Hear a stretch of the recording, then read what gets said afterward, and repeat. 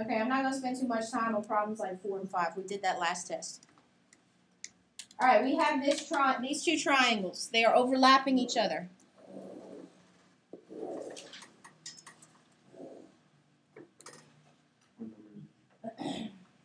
This is number 6.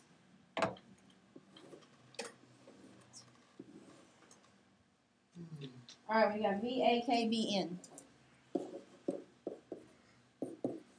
And my picture's not exactly like the book, but just go with it.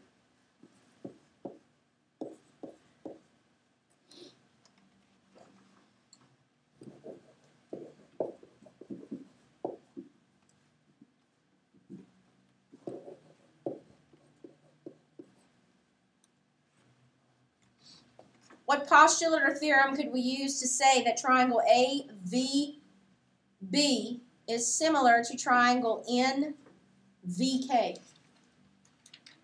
Think about your similarity postulates and theorems that we learned. There were 3 of them.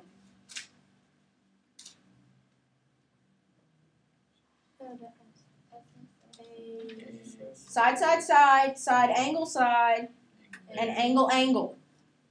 Do we know anything about any of the sides right now? No. We do see a 60-degree angle and a 60-degree angle. And we do see that if we were to pull both of those triangles apart, they both have angle what? V. And angle V is the same for both of them, right? Because it sits on top of itself. So, what do these 2 triangles have equal? 2 angles. So how could we say that those 2 are similar? The angle-angle similarity postulate is how we can justify that those 2 triangles are similar to each other. We don't know anything about the sides.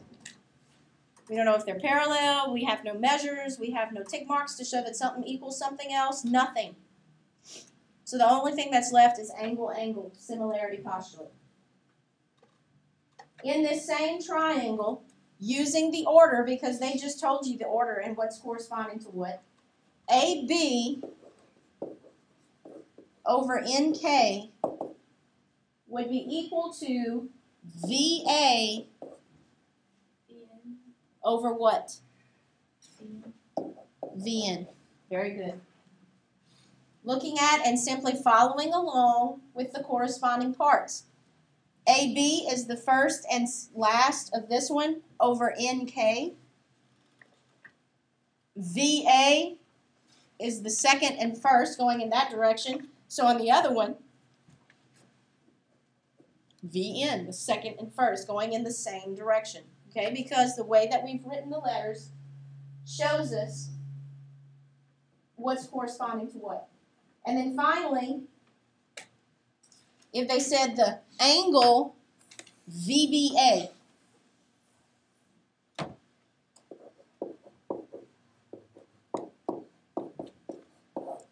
is congruent to another angle, what would it be? VKN. Just follow the order that the letters are being put in. Okay, that's all you're doing. VBA, VKN. You're just arranging those letters so that they're still in the same location. Where A and N are in the same spot, V and V are in the same spot, B and K are in the same spot.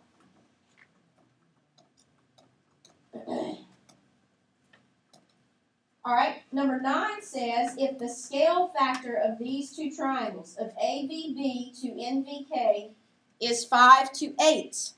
So now we have a scale factor. We know they're similar. We know they're going to have a scale factor. What are we going to use this scale factor for? Find missing pieces, right? Okay.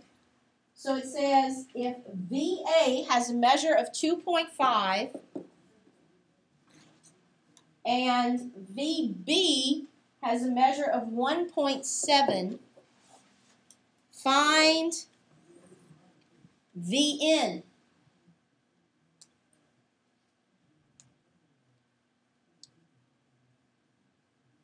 Well, can you just simply line up things according to how it looks on the picture? No. When you write your proportion, you have to make sure that you're lining up the stuff that's corresponding to each other. What corresponds to VA? VN. So what piece of information is just not even necessary? This is completely unnecessary. That's just to throw you off and make sure that you know that you've got to line up the corresponding parts. If we're looking for VN, we need to know its corresponding side measure.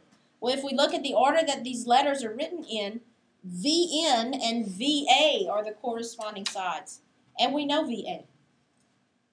All right? So, small triangle over large triangle equals small triangle over large triangle, which is what we're looking for here. And then we cross multiply and divide.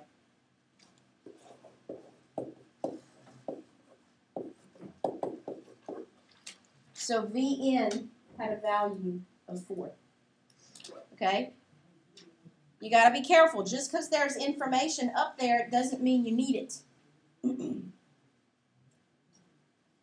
All right, then we moved on to another type triangle.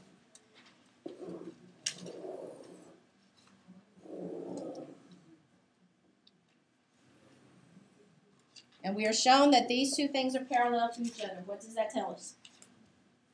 Scotty, pay attention.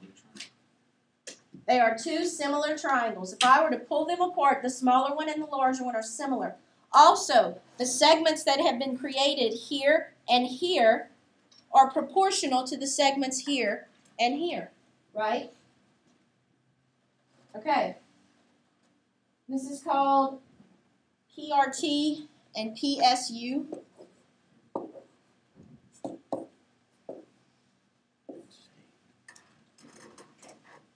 We're told in number 10 that PR has a value of 10,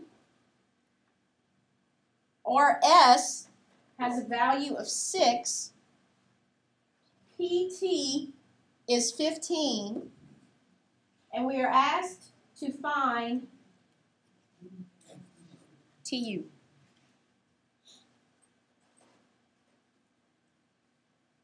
That's a very simple proportion to be set up. Exactly the order that you see them in.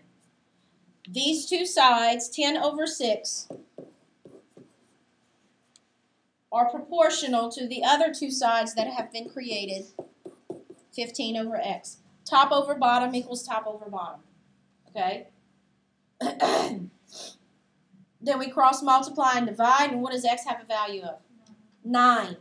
Okay, now on these type questions, when we go to a new question, that's no longer 9. This is no longer 10. This is no longer 6. All right? If each question gives you measurements, that means your measurements are changing. Now, if the measurements were drawn on the original picture, then they apply to all the questions. All right, so that was number 10. In number 11,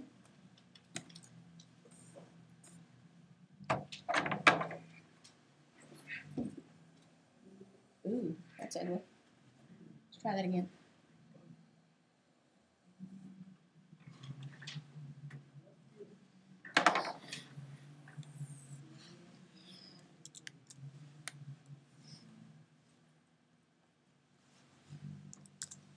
Okay. In number 11, we're told that PT is 32.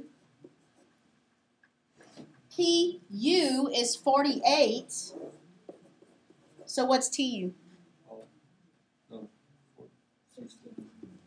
Okay. RS is 10. And the question is, what's PR? All right. So is the number 48 actually going to appear in the proportion? It could, but we're making things more difficult on ourselves that way. Okay? But we used the number 48 to figure out what TU was. Because now I know that the top portion on the left over the bottom portion is equal to the top portion on the right over the bottom portion. And I have a very simple proportion which I can solve by cross multiplying and dividing. 16x is equal to 320, so x has a value of 20.